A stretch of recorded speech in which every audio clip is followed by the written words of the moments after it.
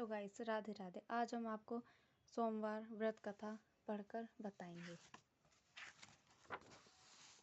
सोमवार व्रत कथा। व्रत महत्व। सोमवार का व्रत चंद्रदेव और भगवान भोलेनाथ के अर्चना हेतु किया जाता है। इस व्रत को श्रद्धापूर्वक करने से मानसिक कलेशों से छुटकारा मिलता है एवं सभी मनोकामनाएं पूर्ण होती हैं।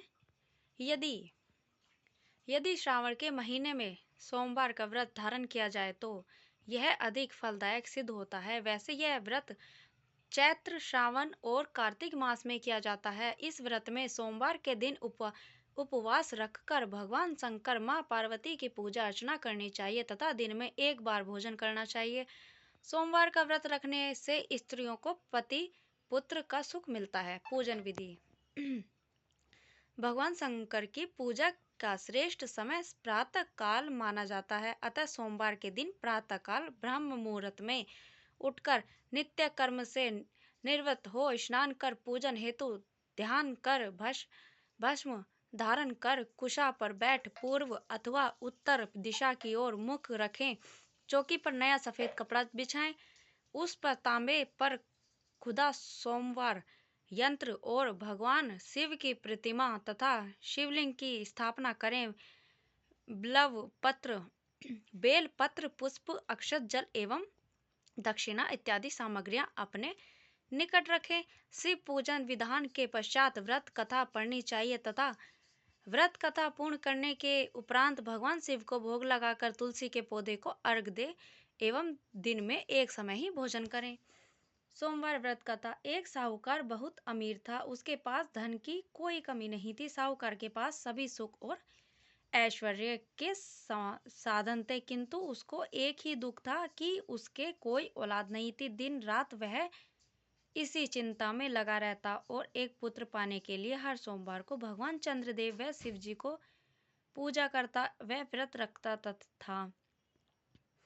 साहूकार की भोलेनाथ के प्रति ऐसी भक्ति देखकर एक बार मां पार्वती जी ने शिव जी से कहा, हे नाथ, ये साहूकार आपका अन्य भक्त है और सदैव ही आपका व्रत और पूजा भक्ति भाव से क्या करता है। आप कृपा कर आप इसके सभी मनोकामना को पूरा कर दीजिए। पार्वती जी के ऐसे वचन सुनकर भोलेनाथ ने मां गौरी से कहा, हे पार्वती, यह संसार एक कर्म क्षेत्र है। यहाँ जो भी जैसा कार्य करता है उसे वैसा ही फल मिलता है, अर्थात जैसा कार्य मनुष्य करता है वैसा ही परिणाम भोगता है। किंतु मां पार्वती आग्रहपूर्वक बोली, हे महादेव, यह आपका अनन्य भक्त है। यदि इसको कोई भी दुख है तो आपको उसे अवश्य दूर करना चाहिए। यदि आप अपने भक्तों की मनोकामनाएं पूरी नहीं करोगे तो क्यों मनुष्य आपकी भक्ति, सेवा व पूजा करेंगे। पार्वती जी के इस आग्रह को सुनकर शिवजी ने कहा, हे शिवे, इस साहूकार के कोई पुत्र नहीं है, इसी कारण यह दिन रात चिंतन व दुखी रहता है। इसके भाग्य में संतान न होने पर भी मैं इसे पुत्र प्राप्ति के लिए वरदान देता हूँ, किंतु इसका पुत्र केवल 12 वर्ष तक ही जीवित रह सकता है, इसके बाद वह मर जाएगा। इससे अधिक मैं इस साहूकार के लिए कुछ भी नहीं कर सकता। यह सब बातें साहूकार सुन रहा था। उसे यह सारी बातें सुनकर न कोई खुशी हुई और न कोई दुख हुआ। यह पुनः शिव की पूजा व व्रत करता रहा। कुछ समय पश्चात साहूकार की पत्नी गर्भवती हुई और 10वें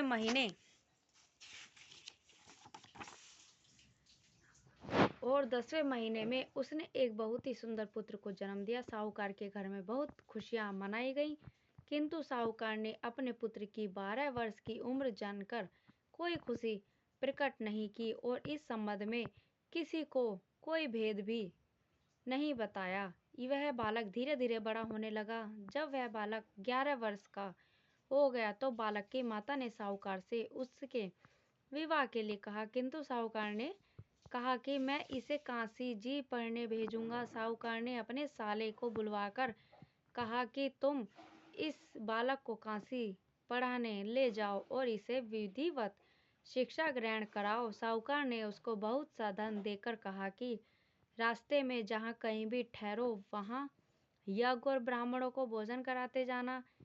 इस प्रकार वह दोनों मामा भांजे रास्ते में यज्ञ करते, दान देते और ब्राह्मणों को भोजन कराते जा रहे थे। रास्ते में एक शहर पड़ा। इस शहर में राजा की कन्या का विवाह था। एक अन्य राजा का लड़का बारात लेकर गया था, लेकिन वह एक आंख से काना था। लड़के के पिता को इस बात की चिंता थी कि वर को देखकर कन्या के माता पिता विवाह में किसी प्रकार की अड़चन ना डालें। इसी कारण जब उन्होंने साहूकार के अति सुंदर बेटे को देखा तो उसके मन में विचार आया कि क्यों न इस लड़के से विवाह का कार्य पूर्ण करा लिया जाए। यह विचार कर उसने लड़के और उसके मामा से कहा कि यदि आप फेरे व कन्यादान का कार्य पूर्ण करा देंगे तो आपकी बड़ी कृपा होगी और हम आपको बहुत सारा धन देंगे। साहूकार के लड़के और उसके मामा ने इस बात को स्वीकार कर लिया था। विवाह का काम भली प्रकार से पूरा हो गया। जब लड़का आज जाने लगा, उसने चुपके से राजकुमारी की चुनरी पर लिख दिया कि तेरा विवाह मेरे साथ हुआ है, लेकिन जिसके साथ तुम्हें भेजा जाएगा वह एक आंख से काना है।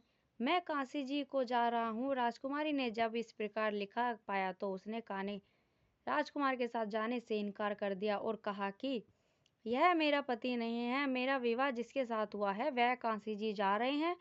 राजकुमारी के पिता ने यह सब बात सुना तो उसने अपनी कन्या को विदा करने से इनकार कर दिया। बारात वापस चली गई। उधर साहूकार का लड़का और उसका मामा काशी जी पहुंचे, जहां लड़के ने पढ़ना शुरू किया था।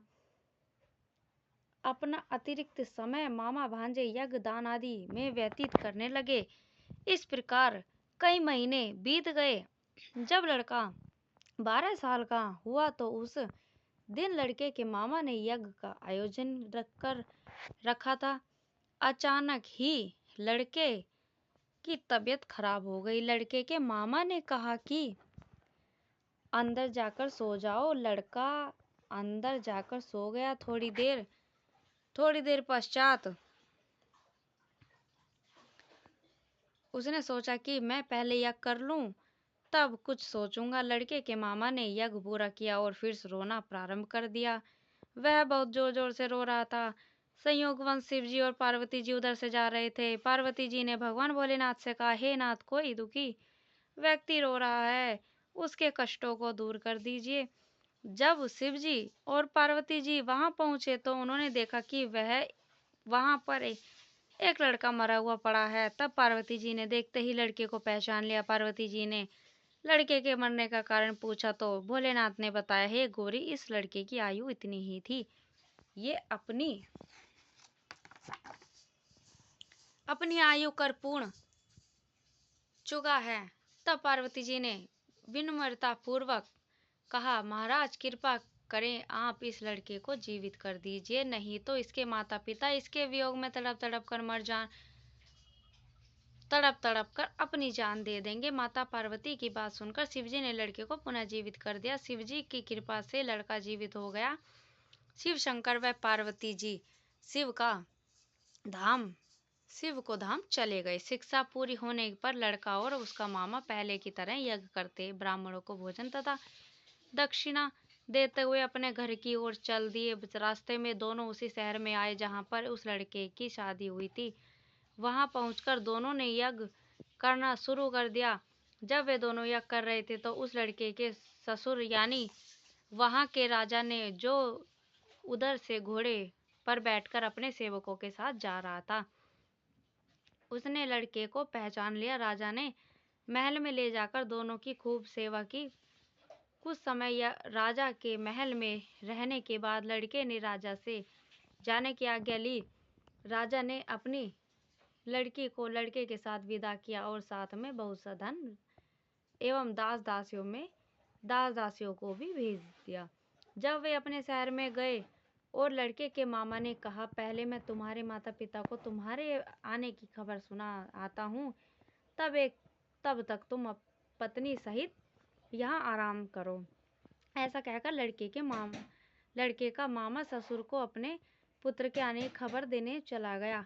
घर आकर उसने देखा कि उसके बहन और बहनोई छत पर बैठे हुए हैं और उन्होंने यह प्रणाम रखा है।